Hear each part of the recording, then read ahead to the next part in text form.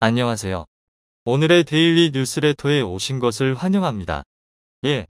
FA50의 비범한 능력이 드러난다. 2.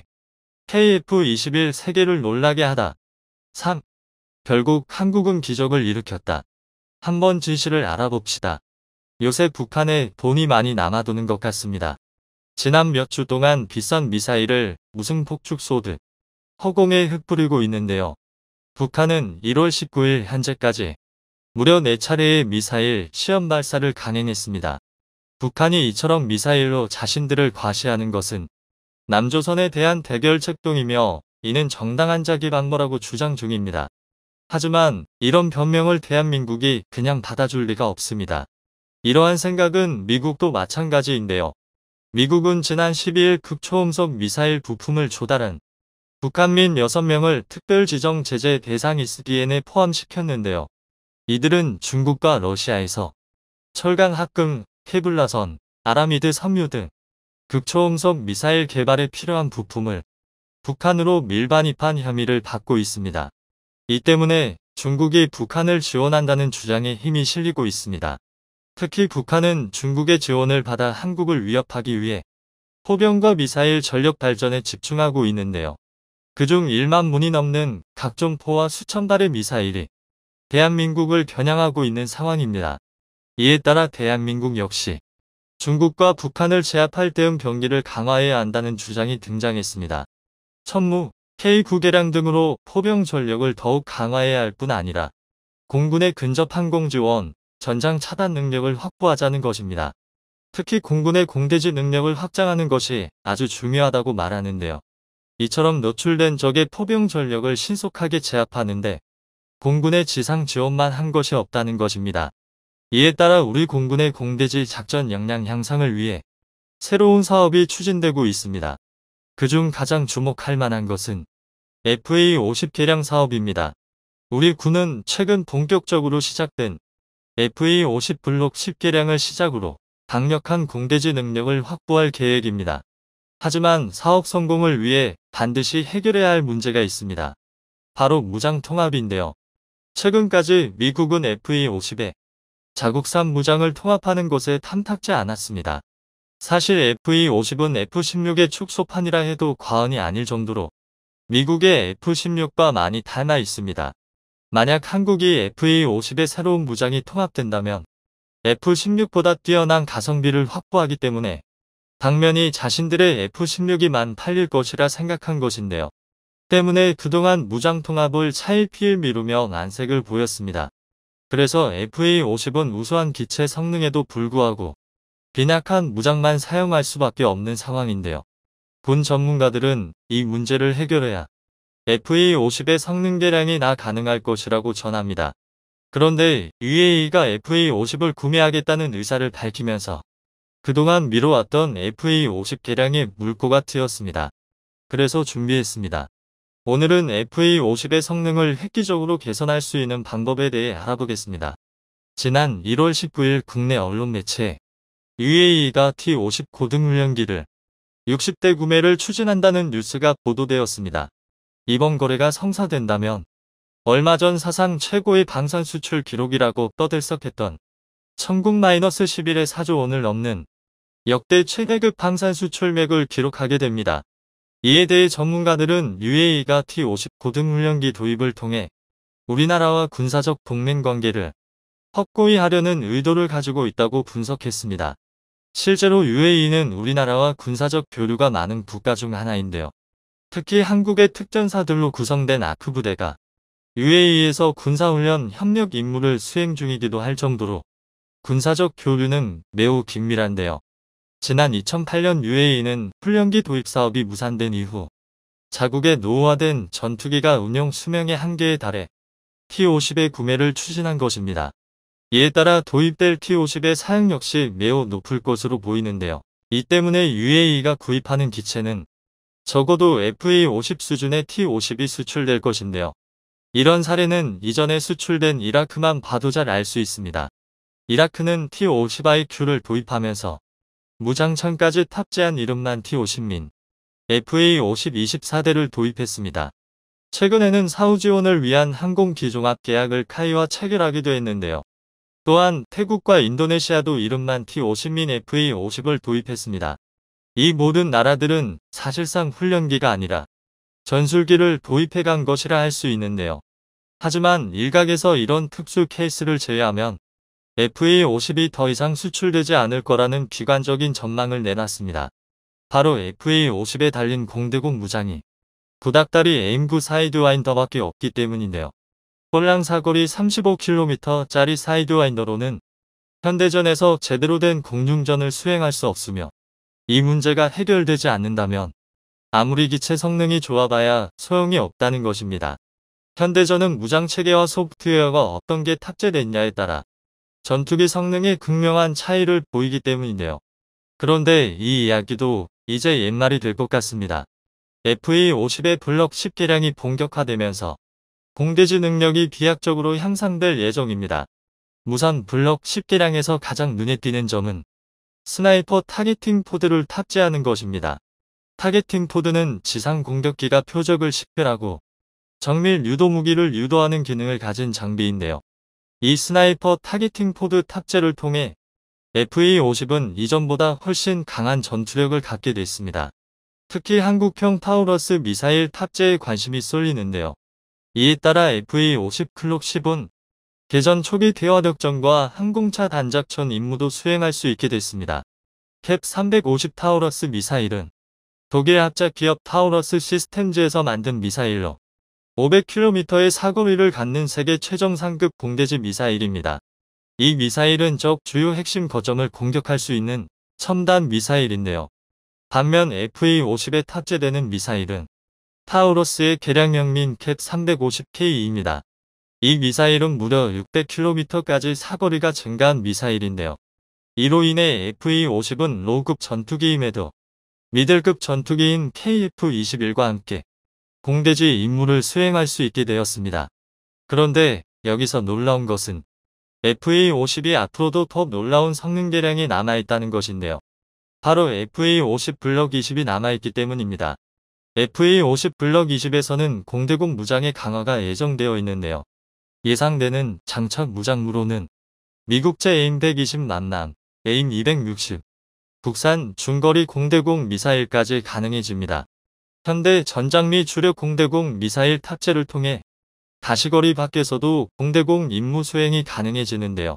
이렇게 되면 그동안 FA-50의 수출 발목을 잡았던 가장 큰 문제가 해소되면서 한국의 FA-50은 더 높은 판매고를 구가할 수 있습니다.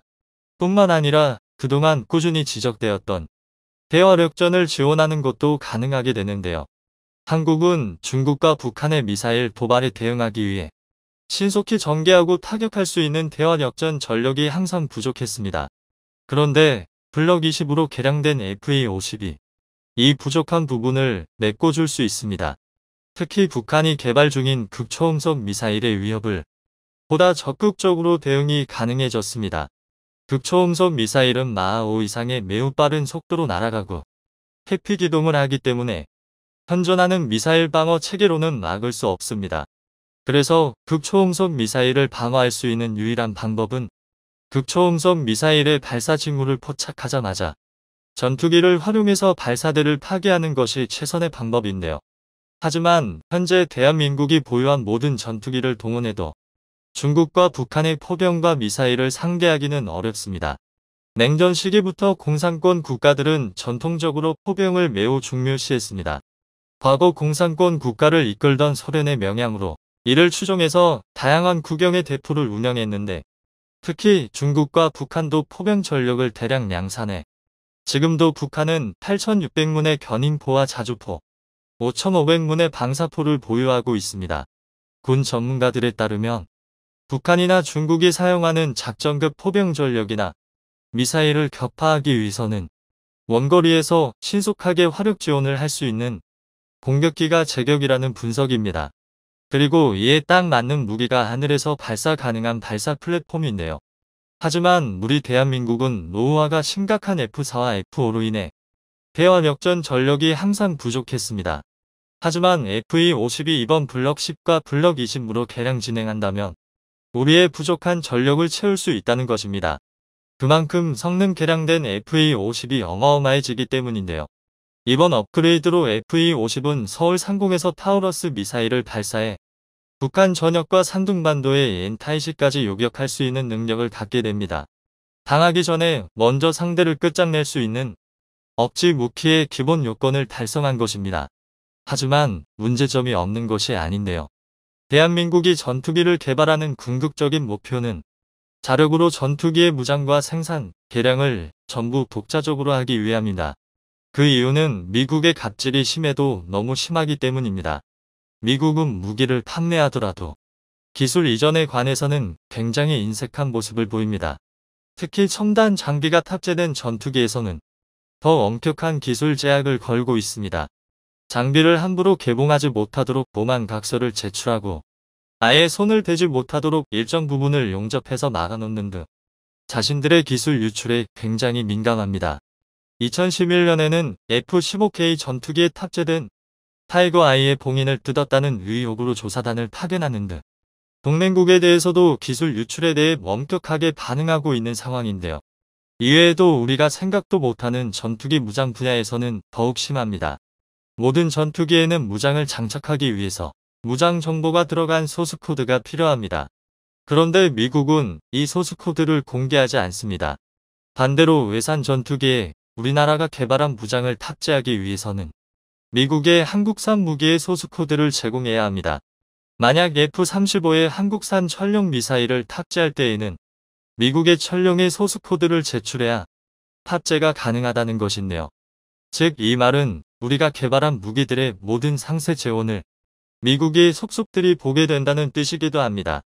이런 부당한 일은 이뿐만이 아닙니다.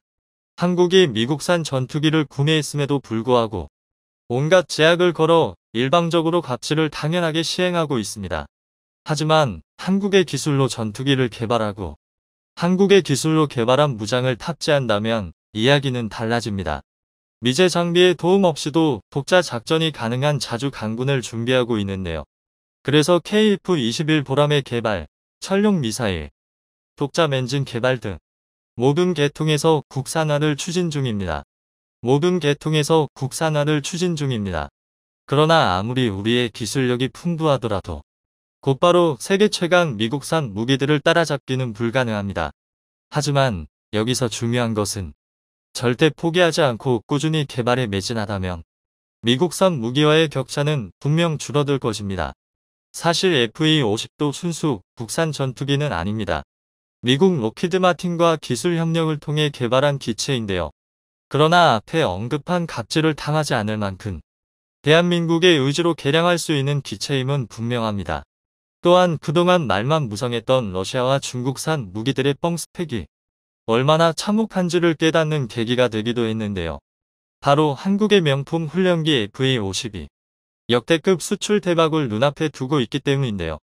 지난 4월 26일 콜롬비아 언론 인포디펜사는 콜롬비아 정부가 FA-50을 수입하겠다는 내용의 보도를 발표했습니다.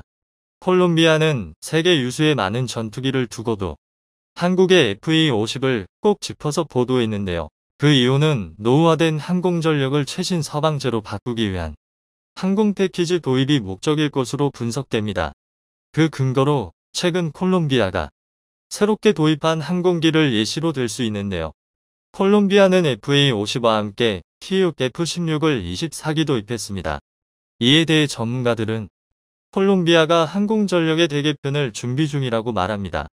프로훈련기인 텍산과 고등훈련기 겸 경공격기인 FA-50 그리고 로급으로 설계됐으나 미들급 전투기로 활약할 수 있는 F-16무로 단계적인 항공전력 육성을 꾀하고 있다는 게 이들의 주장입니다. 실제로 T-6 텍산 II 프로훈련기를 통해 기초를 다지고 FA-50무로 초음속 훈련을 거치면 F-16으로 순조로운 전환이 가능합니다. 이 방법이야말로 서방권 전투기 도입을 위한 최고의 방식을 선택한 것인데요. 그런데 FA-50의 수출 대박 행보 여기서 끝이 아닙니다. 유럽, 아시아, 아프리카, 심지어 호주까지 FA-50을 도입을 추진 중인데요. 현재까지는 도입 협상 단계여서 구체적인 구입이 결정된 것은 아니지만 지금과 같은 행보가 이어진다면 올해 방산 수출 목표액인 150억 달러를 달성하는 것은 충분히 가능할 것으로 전망됩니다. 하지만 일각에서 FA50의 수출에 의문을 표하는 사람들이 있습니다. 그들에 따르면 FA50 수출이 성사될 가능성이 굉장히 낮다고 하는데요. 그 이유로 꼽히는 게 FA50은 공격기로 사용하기엔 폭장량이 많지 않고 대공 능력도 안 좋은데 거기다 훈련기로 사용하기엔 굉장히 비싸다는 것입니다. 분명 이 주장이 전혀 틀린 말은 아닙니다. 하지만 사실도 아닌데요. FA50은 오히려 훈련기 겸 공격기까지 겸할 수 있기 때문에 틈새 시장을 공략할 수 있는 기체로 알려져 있습니다. 실제로 이를 증명하듯 FA50의 도입을 희망하는 국가는 점점 늘고 있는 상황입니다. 그래서 준비했습니다. 오늘은 우리가 생각한 것보다 더 뛰어난 전투기로 평가받고 있는 FA50의 세계 수출 내용에 대해 알아보겠습니다. 훈련기의 명품 스포츠카는 필요 없다던 폴란드가 갑자기 자세를 바꿨습니다. 다시 FA50의 도입을 추진하기로 결정한 것인데요. 한 외신 보도에 따르면 폴란드는 미그-29 전투기를 대체할 새로운 전투기를 찾고 있다고 전했습니다. 그 이유는 이번 우크라이나 전쟁 때문인데요.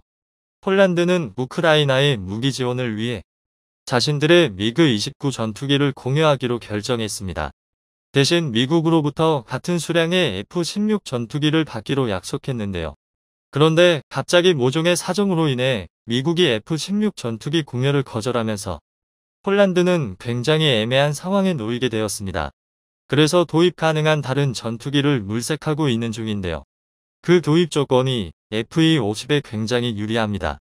현재 폴란드는 서방권 전투기 중 훈련 기능이 있는 전투기를 희망 중입니다. 이미 F-16을 운용 중이고 2026년에 미국으로부터 F-35를 받을 예정인 폴란드의 상황을 고려할 때 미제 전투기와 호환이 가능한 초음속 훈련기가 매우 절실한 상황입니다. 현재 이 요구 조건을 충족시킬 수 있는 훈련기는 그리 많지 않습니다. 가성비를 따지면 훈련기 시장의 영원한 라이벌인 FA50과 M346 정도입니다. 세계적으로도 이 두 기체가 사실상 유의한 선택지인데요. 폴란드의 일부 전문가들이 제이스민 39 그리펜 등 여러 선택지를 제시했지만 그리펜은 가격이 비싸고 훈련기로 쓰기엔 애매해 선정되지 않았습니다. 현재 알려진 바로는 높은 확률로 FA50이 선정될 가능성이 높습니다. 폴란드에게 곧 도입될 F-35 전투기와 최적의 훈련효율을 낼 수 있는 항공기가 바로 FA50이기 때문입니다. 따라서 비록 한번 FA50을 거절한 폴란드라 할지라도 FA50을 고를 수밖에 없을 것입니다. 그런데 이게 끝이 아닙니다. FA50 도입 열풍은 유럽, 아시아, 아프리카 등 전 세계로 퍼져나가고 있습니다. 일례로 폴란드에 인접한 슬로바키아가 FA50의 계약을 추진 중인데요. 이번 우크라이나 전쟁으로 인해 발생한 안보위기를 수습하기 위해 FA50의 도입을 더욱 가속화할 것으로 보입니다. 또 아시아에서는 말레이시아가 경전투기 겸 전술훈련기 사업을 추진 중입니다. 이에 전 세계에 내로라 하는 모든 회사들이 말레이시아에 자사의 전투기를 팔기 위해 홍보하고 있습니다. FA50, M346 외에도 테자스, L15 미그 35 등 말 그대로 전 세계에서 계약을 따내기 위해 지원했습니다. 하지만 말레이시아의 아까 까다로워 실제로 살아남은 것은 FA50과 M346, 테자스, L15 정도입니다. 이마저도 최근 중국과의 관계 악화와 미국의 눈치 때문에라도 중국의 L15 도입은 어렵고 실질적으로는 FA50과 M346 그리고 테자스가 경쟁 상대입니다. 그런데 말레이시아 공군에서는 FA50 도입을 적극적으로 희망 중이라고 하는데요. 가격을 빼면 테자스 전투기의 메리트가 전혀 없다는 게 말레이시아 공군의 입장입니다. 그도 그럴게 테자스는 공군판 아준 전차라고 불리는 인도 방산업계의 실패작 중 하나입니다. 테자스는 북한도 구식으로 취급하는 구형 전투기 미그-21을 대체하기 위해 1986년부터 개발이 시작됐습니다. 하지만 개발이 차일피일 미뤄지는 바람에 개발 35년 만에 겨우 실전 배치에 성공했습니다. 말 그대로 낡은 설계 사상으로 개발된 깨끗한 구형 전투기인 것이죠. 결국 말레이시아는 이런 점을 고려해 테자스를 탈락시키고 FA50과 M346을 최종 후보로 선정했습니다. 다시 한번 M346과 FA50의 라이벌 매치가 성사된 것입니다. 이탈리아의 M346 마스터 전투기는 한 대당 약 350억 원으로 FA50보다 50억 원 저렴한 데다가 자체 시뮬레이터 기능도 있고 훈련기 성능도 매우 뛰어나 FA50이 강력한 라이벌로 명성이 자자합니다. 하지만 M346은 최고 속도가 초음속 직전 단계인 천음속까지 받게 되지 않아 고성능 훈련기를 요구할 경우 다소 아쉬운 성능을 가지고 있습니다. 게다가 무장 탑재량도 FA50보다 작아 훈련 겸 전투기로서 임무를 수행하기에는 FA50이 좀 더 유리합니다. 즉, FA50이 다소 애매한 성능인 것은 맞지만 오히려 그런 기체가 필요한 국가들에게는 강점으로 어필할 수 있다는 것입니다. 게다가 제1세계, 제3세계를 가릴 필요 없이 전 세계의 여러 국가들이 각자의 이유로 FA50을 사고 있습니다. 최고 성능의 훈련기가 필요한 제1세계에서는 T50을 구매하고 최신형 전투기보다 값은 저렴하지만 훈련과 공격 능력을 전부 갖춘 전투기가 필요한 제3세계에서는 FA50을 사게 되는 것입니다. 실제로 페루, 세네갈과 같이 소수의 군군만 운영하는 곳에선 FA50 전력도 굉장히 강력한 전투력입니다. 이런 국가들은 프로기, 전투기를 포함해도 100대가 채 안 되는 작은 공군을 운영하는데요. 여기에 훈련과 전투기, 모든 성능을 발휘할 수 있는 FA50은 구매할 수밖에 없는 전투기입니다. 게다가 성능에 비해 가격도 저렴하니 적당한 투자로 최고의 성능을 얻을 수 있는 것입니다. 따라서 말레이시아 사업에서 FA50이 최종 사업자로 선정될 가능성이 매우 높은데요. 이 소식이 알려지면서 최근 한국과 방산협력을 강화 중인 호주에서 T50을 주의 깊게 보고 있습니다. 현재 호주는 노후화된 배 호크 훈련기를 대체하기 위해 에어 6002 페이지 1 신형 전술기 사업을 추진 중입니다. 배 시스템즈는 퇴출을 방지하기 위해 노후 기체를 개수하자고 주장했지만 노후화가 심해 사실상 퇴출이 확정됐습니다. 그래서 현재 사업의 T50, T7, M346, 테자스의 경쟁이 진행 중입니다. 하지만 실질적으로 경쟁하고 있는 것은 T50과 T7인데요. 앞서 말씀드린 대로 테자스, M346의 경쟁력이 낮기 때문입니다. 먼저 T50의 경우 무수한 성능과 신뢰성이 강점입니다. T50은 현재까지 나온 훈련기 중 가장 최고 성능을 가진 데다 전술훈련, 가상적기 등 다양한 역할을 수행할 수 있습니다. 뿐만 아니라 훈련기 외에도 타50 같은 전술훈련기나 FA50 같은 경공격기로의 용도 전환이 가능합니다. 또한 실전 경험도 충분한데요. 최근 필리핀 공군이 FA50으로 반군을 압도하면서 매우 좋은 평판을 얻고 있습니다. 심지어 이제는 전투기로서의 성능마저 더 좋아질 예정입니다. 그동안 애매한 전투기 성능으로 비판받던 주원인인 공대공 능력 부족이 블록 20 개량을 통해 해결할 수 있다는 평가를 받고 있습니다. 심지어 블록 20에서 맘남 미사일을 장착하게 되면 FA50도 BVR 능력이 추가되는데요. 그렇게 되면 경전투기인 FA50이 북한이 최신형이라고 자랑하는 미그 29와 같은 구형 주력 전투기를 압도할 수 있게 됩니다. 이와 더불어 호환성도 높습니다. T50 설계를 F-35 개발사인 록히드 마틴이 맡은 덕에 연계성이 뛰어납니다. 좀 더 정확히 말씀드리자면 록히드 마틴이 T50 사업에 참여한 목적 자체가 F-35용으로 쓸 훈련기였을 정도입니다. 이 때문에 호환성 면에서도 T50이 T7을 압도하는 것입니다. 하지만 그렇다고 T7을 무시할 수는 없습니다. NT7을 만든 곳이 세계적인 항공 제작사이자 미국의 거대 방산업체인 보잉이기 때문입니다. 호주는 보잉을 굉장히 선호합니다. 우선 호주 공군이 운영하는 FA-18 계열 항공기를 만든 회사가 보잉입니다. 또 호주가 최근 개발 중인 유캐브 사업에 보잉이 참여 중이기도 한데요. 따라서 호주 공군 입장에서는 당장 쓸 훈련기를 고르라면 아무래도 T50보다 T7을 고를 가능성이 높습니다. 하지만 그렇다고 보잉과 T7이 완전히 유리한 것도 아닙니다. T7의 가장 큰 문제점은 아직 개발 중인 기체라는 것입니다. 현재 T7은 개발 완료 기한을 달성하지 못했으며 이로 인해 개발비가 늘어나면서 T50보다 저렴하게 제시한 양산 단가를 맞추지 못하고 있습니다.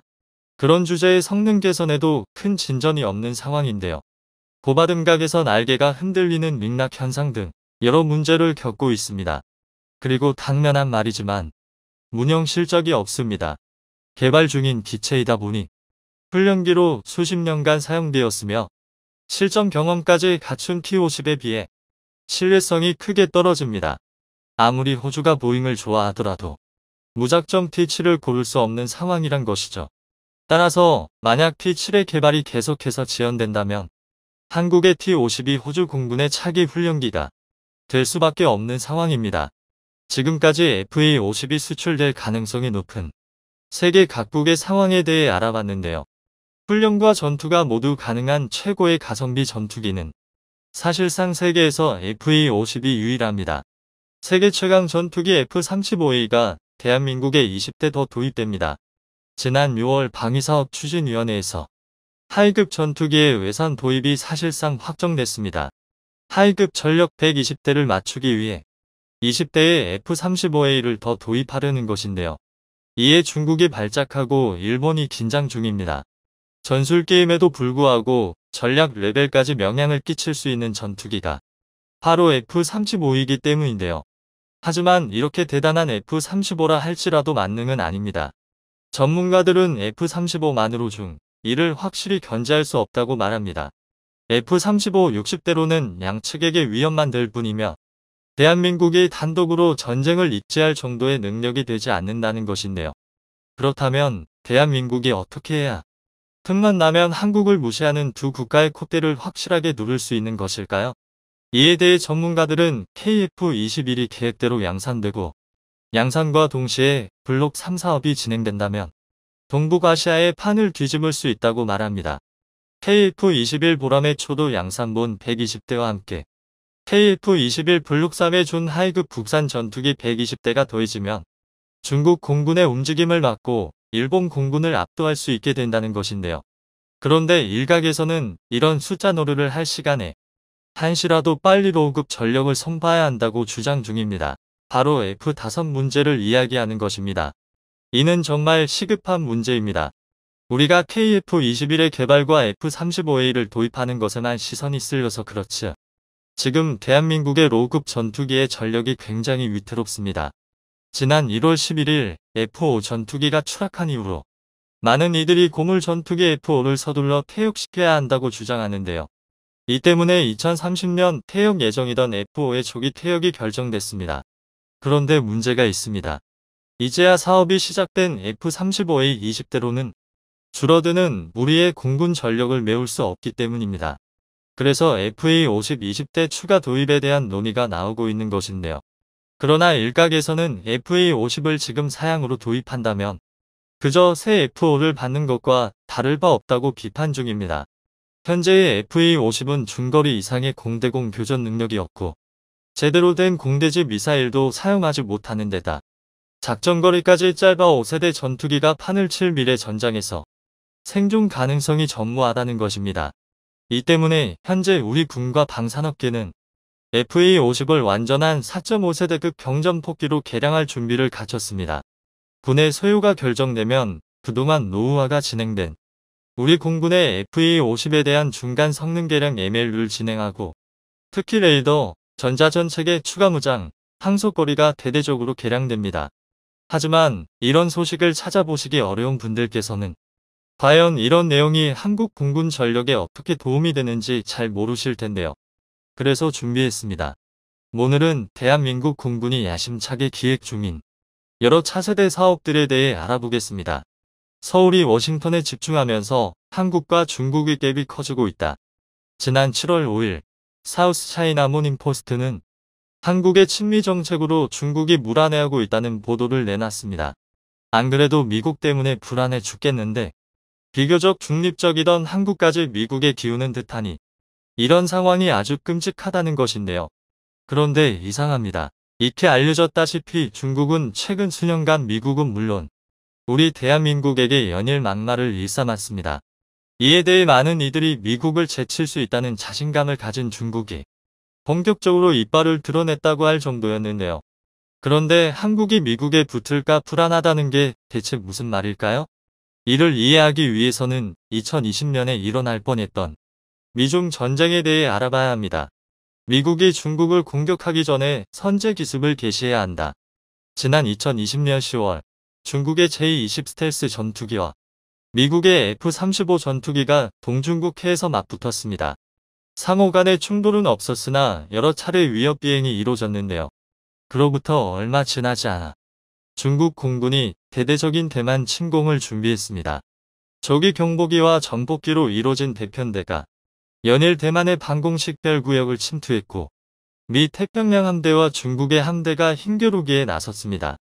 이 때문에 코로나로 위기에 빠진 중국이 내부의 난국을 해결하기 위해 외부로 터뜨리려고 전쟁을 선택했다는 대만 침공설이 퍼졌습니다.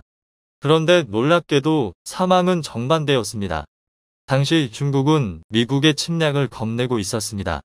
임기 말에 다다른 트럼프 대통령이 미군 지휘부에 중국 공격을 명령했다는 정보를 여러 첩보망을 통해 듣고 겁에 질린 채 어차피 미국과 싸워야 한다면 오키나와와 대만은 먹고 시작해야 그나마 승기가 있다고 생각해 대규모 군사행동을 개시했다는 것입니다. 다행히 미국의 합참의장 마크 밀리가 2020년 10월과 2021년 1월 두 차례에 걸쳐 중국의 고위 장성과 연락을 주고받으며 대대적인 중국 침략은 없을 것이라고 한 뒤에야 사태가 진정됐는데요. 이처럼 중국은 미국을 아주 무서워합니다. 미국의 우방인 우리에게 중립을 요구하며 큰 목소리를 내는 중국의 이런 행동은 겁에 질린 똥개가 무서워지는 행동이라고 할 수 있는데요. 그 중에서도 중국이 가장 무서워하는 것이 바로 미국의 F-35 전투기입니다. F-35는 2022년 현재를 기준으로 항모전단에서 운명할 수 있는 사실상 가장 강력한 전투기입니다. 한국이 유럽의 평화를 지탱하고 있다는 외신의 특집 기사가 화제가 되고 있습니다. 한국 방산이 뒷받쳐준 덕분에 우크라이나로의 막대한 지원이 도착할 수 있었다고 하는데요. 특히 K9이 우크라이나 전쟁을 지금까지 끌고 올 수 있었던 중대한 요인 중 하나라고 분석하고 있습니다. 이러한 소식이 과거 K9을 탈락시키고 프랑스제 자주포를 도입했던 덴마크에서도 다시 K9을 도입하려 한다는 소식이 전해지고 있습니다. 게다가 덴마크 군사 전문가들이 K9을 밀어주기 위해 한국 방산에 대한 특집 방송까지 방영했다고 하는데요. 최근 포브스에서 흥미로운 내용의 기사 한 편이 올라왔습니다. 나토 국가들은 우크라이나에 수백 대의 구형 곡사포를 제공하고 이를 한국의 우수한 K9으로 대체하고 있다. 본 기사에서는 한국의 K9 덕분에 나토 회원국들이 무기고에서 오래된 포를 우크라이나에 지원 보낼 수 있었다고 분석하고 있는데요. 이와 함께 K9이 세계적으로 인정받고 있는 뛰어난 성능의 자주포인지를 설명하며 여러 나토 회원국들과 다르게 덴마크는 잘못된 선택을 내렸다고 비판하고 있습니다. 폴란드, 노르웨이, 에스토니아는 모두 구형 곡사포를 우크라이나에 지원 보내고 이를 대체하기 위해 K9을 도입하였다.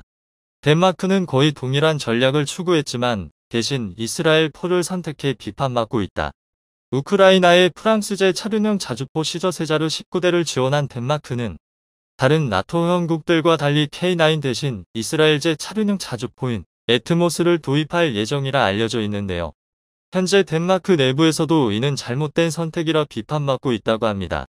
덴마크의 보안회사 리스크 인텔리전스의 설립자이자 안보 전문가 한스 피노 헨스는 덴마크 역시 폴란드, 노르웨이, 에스토니아의 선례를 따라 K9과 같은 궤도형 자주포가 필요하다고 주장했는데요. 헨스는 자신의 SNS에 나토 기갑 여단은 궤도형 장갑 자주포가 필요합니다. 이는 차륜형 자주포를 장비하는 것이 이치에 맞지 않는다는 것을 의미합니다라는 글을 올리며 덴마크는 이스라엘의 차륜형 자주포가 아닌 K9을 도입해야 한다고 주장했습니다. 또한 에스토니아가 K9 자주포 12대를 추가로 구입했다는 소식에 지금 행동해야 할 필요성을 분명히 이해하고 있는 에스토니아의 훌륭하고 강력한 결정이라며 덴마크와 군사력을 늘리기 위해 최소 10년은 기다려야 할 다른 몇몇 국가들과는 다르다라는 글을 올리기도 했습니다. 과거 덴마크에서는 노후화된 에밀 공구 자주포를 대체하기 위해 신규 자주포를 도입하려 했었고, 대한민국의 K9 자주포가 유력한 후보에 올랐었는데요. 최종적으로는 K9이 탈락하고 프랑스의 차륜형 자주포 시저를 도입하는 것으로 결론 지어졌습니다. 덴마크에 도입된 시저는 특별 사양으로 K9 수준의 완전 자동화 장전을 도입하여 뛰어난 연사 속도를 자랑합니다. 시저를 실전 배치한 직후 덴마크군은 유튜브에 사격 훈련 영상을 공개했는데요. 그런데 기대했던 것과 달리 덴마크의 새로운 자주포는 도입하자마자 무수한 비판에 직면해야 했었습니다. 유튜브에 올라온 덴마크군의 첫 시저 시험 발사 영상에는 1만여 개의 실어가 달렸고, 덴마크가 잘못된 선택을 내렸다고 비판하는 댓글들이 이어졌습니다. 여전히 쓸모없는 놈이다. 매우 불안정한 데다가 설정하는데 너무 오래 걸리고 이동성이 높지 않아 진흙탕에서는 운전할 수 없으며 운용하는데 많은 인력이 필요하다. 궤도형 자주포가 훨씬 낫고 차라리 견인포가 이거보다 낫겠어. 전적으로 동의해. 잘못된 부분이 너무 많다. 목표물을 조준하기 위해 많은 병사들이 필요하고 설정이 엄청나게 느려. 누군가는 이게 이라크, 아프가니스탄 등에서 테스트되었다고 말하는데 그건 진정한 전쟁이 아니었어. 탈레반은 중투나 공군, 전차를 가지고 있지 않았고 재래식 군대를 상대로 이 장난감은 곧 발견되어 빠르게 무력화돼 버릴 거야. 애들 장난감 같은 잡동사니에 돈을 낭비하고 있어. 슈덴 스푸트 슈트 스쿠트 기능을 원한다면 궤도형 자주포가 훨씬 나은 옵션일 거야. 이처럼 많은 이들이 덴마크가 시저 자주포를 선택한 것이 어리석은 선택이라 비판하고 있는 이유가 무엇일까요? 프랑스의 155mm 차륜형 자주포 시저는 K9과 동일한 52 구경장의 포신과 자동화 장전 장치, 디지털 사통 장치 등을 갖춘 세계에서 손꼽히는 우수한 자주포 중 하나입니다. 현재 우크라이나 전장에도 투입되어 활약하고 있는데요. 하지만 차륜형 자주포가 가지고 있는 한계에서 벗어나지 못했다는 비판을 피하지 못하고 있습니다. 차륜형 자주포는 궤도형 장갑차에 비해 가벼운 무게로 항공 수송이 가능하며 도로에서 훨씬 빠르게 이동이 가능하다는 장점을 가지고 있습니다. 비용과 정비 측면에서도 궤도형 자주포보다 훨씬 용이한데요. 그러나 외부 장갑이 없다시피 하고 사격 시 승무원이 외부에 노출되기에 적의 대포병 사격이나 침투한 특수부대의 공격에 전혀 보호받지 못하는 치명적인 단점을 가지고 있습니다. 또한 자주포의 이점인 슈덴 스쿠트, 발사 후 진지 이탈에 대해서도 발사하기 전 방열 과정을 거쳐야 하기에 K9이나 PZH-2000처럼 정지 후 곧바로 사격이 가능한 궤도형 자주포보다 많은 시간이 들 수밖에 없는 구조적 한계를 가지고 있습니다. 때문에 우크라이나에서도 차륜형 자주포는 최전선이 아닌 후방에서 운용되고 있는 실정인데요. 게다가 현재 우크라이나에 공여되어 운용 중인 18대의 시저 자주포 중 무려 16대가 퍼져버린 상황이라고 합니다. 극한 상황 속에서 계속되는 폭격의 포신과 차체가 누적된 피로를 견디지 못하고 파손되어 버린 것입니다. 결국 트럭에 포를 올린 것뿐인 차륜형 자주포의 내구성 문제가 실제 전장에서 드러난 것이죠. 이러한 여러 문제점들 때문에 우리나라와 미국을 비롯한 대부분의 국가에서 외부 장갑을 갖추고 구조적으로 안정적이면서 방열 과정 없이 사격 후 즉시 이탈이 가능한 궤도형 자주포가 각광받고 있는데요.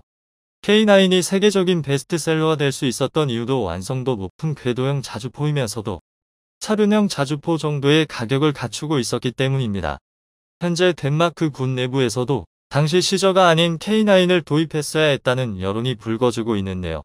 이번 우크라이나에 대한 군사 지원에서 덴마크 군이 보유하고 있는 시저 거의 전량을 지원 보냈다고 합니다.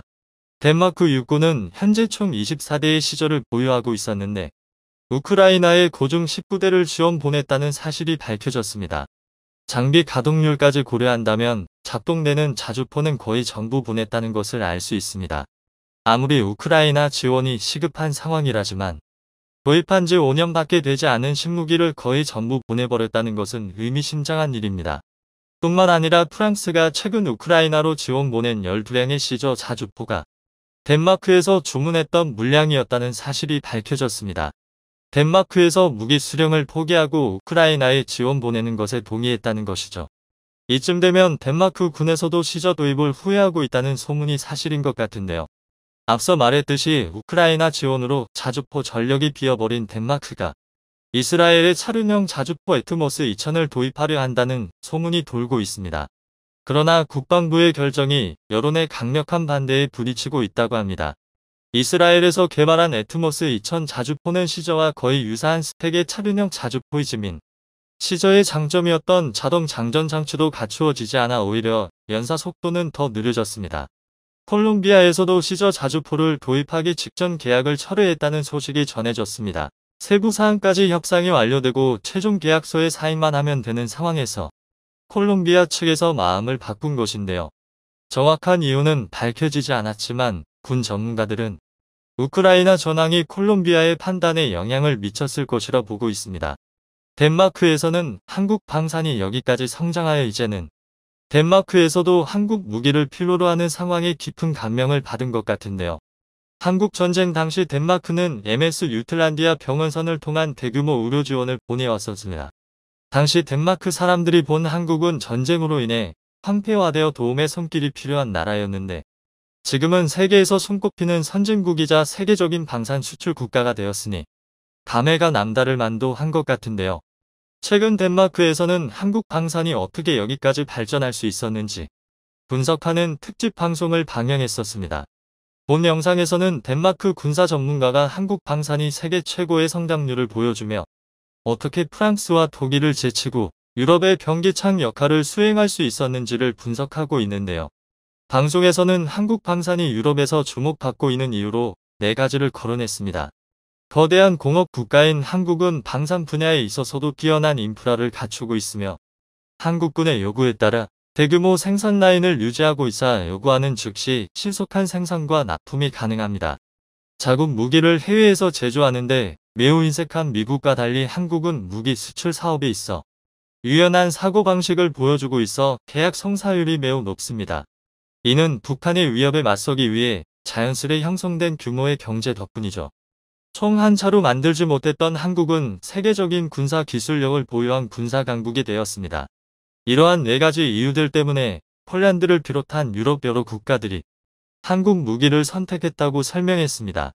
또한 PZH-2000, 시저 등 유럽의 대표 자주포들과 K9 자주포를 비교하며 얼마나 훌륭한 무기 체계인지를 거듭해서 강조하고 있습니다. 우크라이나에서 벌어지고 있는 전면전을 통해 현대전장에 맞는 형태의 자주포가 무엇인지 확실하게 판가름 나고 있습니다. 덴마크에서도 과거의 선택을 후회하고 있는 지금 최고의 효자 상품 K9이 또 한 번 대규모 실적을 가져올 날이 멀지 않은 것 같습니다. 한번 거절당했던 만큼 이번에는 갑의 입장이 된 한국의 주도하에 계약이 이루어질 거라 기대해 봅니다. 영상이 도움이 되셨다면 구독과 좋아요 부탁드리며 오늘도 감사합니다. 최고로 멋진 하루 보내시길 바랄게요.